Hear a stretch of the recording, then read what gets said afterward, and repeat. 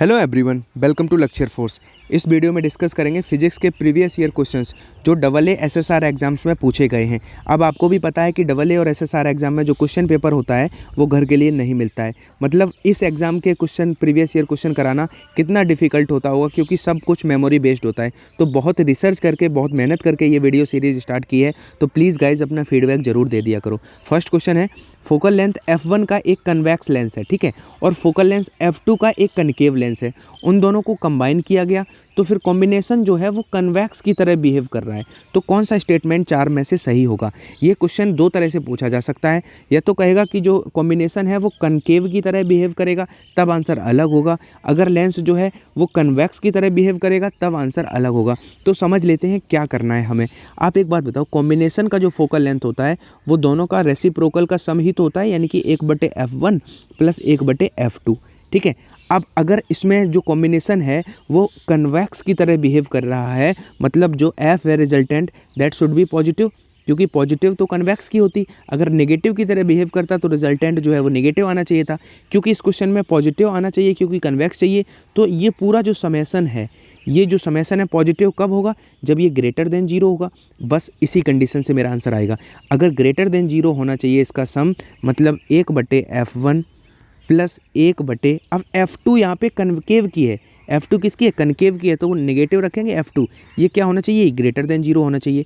अब 1/F1 उधर जाएगा तो ये पॉजिटिव बन जाएगी, 1/, तो ये ग्रेटर देन का साइन तो रहेगा ही, और 1/F2। अब यहाँ से अगर क्रॉस मल्टीप्लाई करेंगे तो F2 जो इधर आएगा वो ग्रेटर देन F1 हो जाएगा। यानी कि अगर जो रिजल्टेंट है वो कन्वेक्स की तरह बिहेव करेगा तो F2 ग्रेटर होना चाहिए F1 से। लेकिन इसी क्वेश्चन में अगर वो कह देता कि जो रिजल्टेंट है वो कनकेव की तरह बिहेव करे, तो 1/F हमारा क्या होता है? 1/F1 plus 1/F2। अब अगर कनकेव की तरह हो सकता है क्वेश्चन होता तो ये नेगेटिव होना चाहिए। इसको नेगेटिव होने के लिए ये पूरा जो समेसन है वो हमारा लेस देन जीरो होना चाहिए, तभी तो नेगेटिव होगा। अब लेस देन जीरो का मतलब 1/F1, अब ये माइनस का 1/F2 हो जाएगा, क्योंकि F2 जो है वो कनकेव की है तो उसका नेगेटिव इधर आ गया। ये लेस देन जीरो, यानी कि 1/F1 is less than 1/F2। अब क्रॉस मल्टीप्लाई करते तो हमारा F2 छोटा आता F1 से, यानी कि F1 is greater than F2 हो जाता। अब ये दोनों ही पॉइंट्स मैंने आपको अच्छे से समझा दिए, लेकिन एग्ज़ाम में अगर क्वेश्चन आए तो ऐसा ही क्वेश्चन आएगा। अब आप याद रखना कि F2 अगर जो है F2 बड़ा है तो ये कन्वेक्स की तरह बिहेव करेगा। किसकी तरह? कन्वेक्स की तरह। और अगर F1 बड़ा है तो ये कनकेव की तरह बिहेव करेगा। अब ये क्वेश्चन कैसे आएगा मैं आपको बताऊं। वो कहेगा कि एक की 5 है, उत्तल की फोकल लेंथ 5 है और अवतल की फोकल लेंथ 10 है। वो आपसे कहेगा अब बताओ इनका जो रिजल्टेंट होगा वो किस तरह से बिहेव करेगा। तो आपको पूरा ये नहीं करना है 1/5 माइनस 1/10, ये करके भी देख सकते हो, लेकिन ये कंडीशंस आप याद रखो। अगर उत्तल लेंस की फोकस दूरी बड़ी होगी, अगर उत्तल लेंस की फोकस दूरी बड़ी होगी तो वो अवतल लेंस की तरह बिहेव करेगा। और अगर अवतल लेंस की फोकस दूरी बड़ी होगी, F2 ग्रेटर देन होगा, तो वो कन्वेक्स की तरह बिहेव करेगा। ये दो पॉइंट इतने इंपॉर्टेंट हैं। क्वेश्चन है, एक और गेट में कितने नैंड गेट रिक्वायर्ड हैं? तो इसका आंसर हो जाएगा 3, ठीक है। अगर यहीं पे वो कह देता एक नॉर गेट के लिए कितने नैंड गेट रिक्वायर्ड है, तब आंसर हो जाता है यहाँ पे 4। तो ये सारे आप टेंशन मत लेना। आप सोच रहे हो कि मुझे रटना पड़ रहा है, आप एयरफोर्स का रिजल्ट आ जाने दो, उसके बाद मैं सारी चीज़ें चैप्टर वाइज कराऊंगा। और प्रॉमिस कर रहा हूँ कि एक चैप्टर से 50 क्वेश्चन कराऊंगा। तो जिस दिन मैं लॉजिक गेट से 50 क्वेश्चन करा दूँ, उसके बाद अगर आपको कोई क्वेश्चन में डाउट रहे कि ये कैसे हो गया, क्या हो गया, बाकायदा पूरा फिगर बना के अच्छे से सबका समझाऊंगा। बस आप थोड़ा कोऑपरेट कर लो, जब तक ये प्रैक्टिस कर लो, जब तक एयरफोर्स का रिजल्ट नहीं आ रहा है। जिस दिन रिजल्ट आ गया और जिस दिन वीडियोज़ पे व्यूज़ आने लग गए, उस दिन मैं धमाकेदार चैप्टर वाइज शुरू कर दूंगा और एक एक चैप्टर से 50-50 क्वेश्चन की प्रैक्टिस करा दूंगा। चार्ज है एक माइक्रोकूलम जिसका मैग्नीट्यूड है, दूसरे का 4 माइक्रोकूलम। इन दोनों को कुछ डिस्टेंस पे एयर में रखा गया है, ठीक है। तो उन पे लगने वाले फोर्स का जो रेशियो होगा वो क्या होगा? 1:4 होगा या 4:1 या 1 या 1:16। तो देखो, इस क्वेश्चन से करने से पहले आपको पहले मैं बता दूं, एक बार फिगर बना दूं, विजुलाइज करा दूं। एक ये पॉइंट, एक चार्ज है, एक ये चार्ज है, इनके बीच कुछ डिस्टेंस है। तो आप ये बताओ, इस पे भी पॉजिटिव चार्ज है, इस पे भी पॉजिटिव चार्ज है। तो पॉजिटिव अगर दोनों पे धनात्मक आवेश है तो दोनों एक दूसरे को रिपेल करेंगे, अट्रैक्ट तो करेंगे नहीं। अट्रैक्ट तब करते जब प्लस माइनस होता। तो इस पे अगर यहाँ पे जो इस चार्ज के कारण यहाँ पे एक इधर की तरफ फोर्स लग रहा होगा F1, सिमिलरली इस चार्ज के कारण यहाँ पे एक फोर्स लग रहा होगा इधर की तरफ F2। तो इन्हीं दोनों फोर्सेस जो लग रहे होंगे F1 F2, उनका हमें रेशियो बताना है कि रेशियो क्या होगा। आपने पढ़ा होगा कूलाम्ब का नियम। कूलाम्ब का नियम क्या कहता है, फोर्स जो होता है वो क्या होता है, F is equal to 1/4 pi epsilon 0 Q1 Q2, मतलब दोनों चार्जेस का मैग्नीट्यूड बटे उनके बीच की दूरी का स्क्वायर। तो इससे हम अभी करेंगे, करना नहीं है, बस आपको एक अंडरस्टैंडिंग बतानी है, बाकी आप इसको देख के क्लिक करोगे। जैसे क्वेश्चन पढ़ा आपने आंसर क्लिक कर दिया, लेकिन अब हमें याद आ रहा है उससे पहले कूलाम्ब। तो एक कूलाम्ब जो होता है वो चार्ज का MKS मात्रक होता है। एक कूलाम्ब में, ये नेवी के एग्जाम्स में पूछा जा चुका है, 3 × 10⁹ स्टेट कूलाम्ब होते हैं, जिसको हम ASU भी कहते हैं, कहीं कहीं स्टेट कूलाम्ब लिखा होगा। तो ये कन्वर्जन आप जरूर अपनी नोटबुक में लिख लेना। और अगर इसका उल्टा एक स्टेट कूलाम्ब में पूछा जाए, एक ASU में पूछा जाए कितने कूलाम्ब होते हैं, तो 1/3 × 10⁻⁻9 उधर हो जाएगा ये कूलाम्ब। इसी को कहीं कहीं ऐसा भी लिख देते हैं, जब इसको कट करेंगे तो 3.3 × 10⁻−10 कूलाम्ब। तो ये जो 3 बातें आपकी स्क्रीन पे दिख रही हैं, इनको आप अपनी नोटबुक में नोट डाउन कर लेना, क्योंकि हर क्वेश्चन के साथ मैं एक ऐसा पॉइंट लिखवा देता हूँ जिसके चांसेस होते हैं आने के। अब यहाँ पे समझना, एक ये चार्ज था, एक ये चार्ज था। तो जब ये इस पे था, मैग्नीट्यूड 1 है माइक्रो कूलाम्ब, इस पे 4 है, तो ये दोनों क्योंकि पॉजिटिव हैं तो रिपेल करेंगे। तो इस पे जो F1 फोर्स लग रहा होगा इधर की तरफ, वो क्या लगेगा, F is equal to 1/4 pi epsilon not Q1 Q2, मतलब 1 × 4 बटे R² मतलब बीच की दूरी का स्क्वायर। ठीक है, इतना उसका मैग्नीट्यूड होगा। सिमिलरली जब इसके कारण इस पे जो फोर्स लगेगा उसका भी तो यही होगा, क्योंकि दोनों चार्ज तो यही हैं और बीच की दूरी भी यही है। तो जो दोनों पे इसके करस्पॉन्डिंग जो F2 होगा वो इक्वल ही तो होगा, क्योंकि दोनों के 1 और 4 इसमें भी होंगे मैग्नीट्यूड, इसमें भी। तो इस पे जो F2 लगेगा वो दोनों इक्वल हैं, तो इनका रेशियो क्या हो जाएगा, 1:1। ये क्वेश्चन आपका AA में आया है, मुझे मेमोरी बेस्ड बच्चे आके बताते हैं, तो उन क्वेश्चन को मैं रिसर्च करके आपको करा रहा हूँ। कुछ डिस्टेंस पे रख के 2 पॉइंट चार्ज हैं, उनमें पहले क्या था, मीडियम एयर था, अब की बार उसको केरोसिन ऑयल से रिप्लेस कर दें, तो फिर उन पॉइंट चार्ज के बीच में जो फोर्स लग रहा होगा वो इंक्रीज होगा या डिक्रीज होगा या रिमेन सेम या फिर 0 हो जाएगा।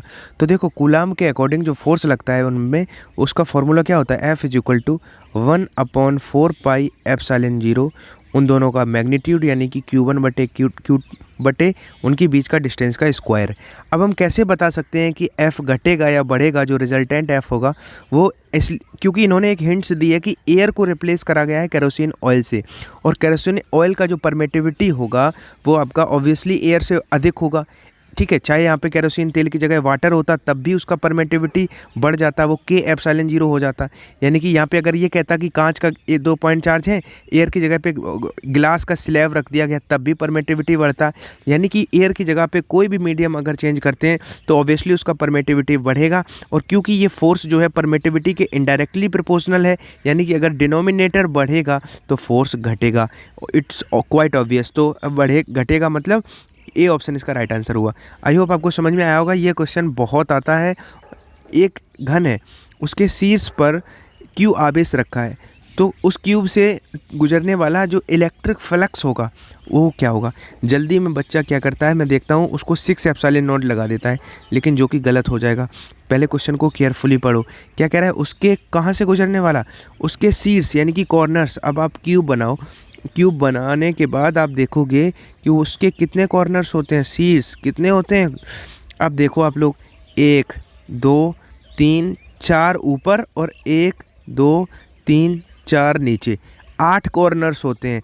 अगर ये आंसर तब होता जब वो कहता है उसके सरफेस से, फलक से गुजरने वाला जो इलेक्ट्रिक फ्लक्स होगा वो हमारा जो होगा Q/6 एप्सिलॉन 0 हो जाएगा।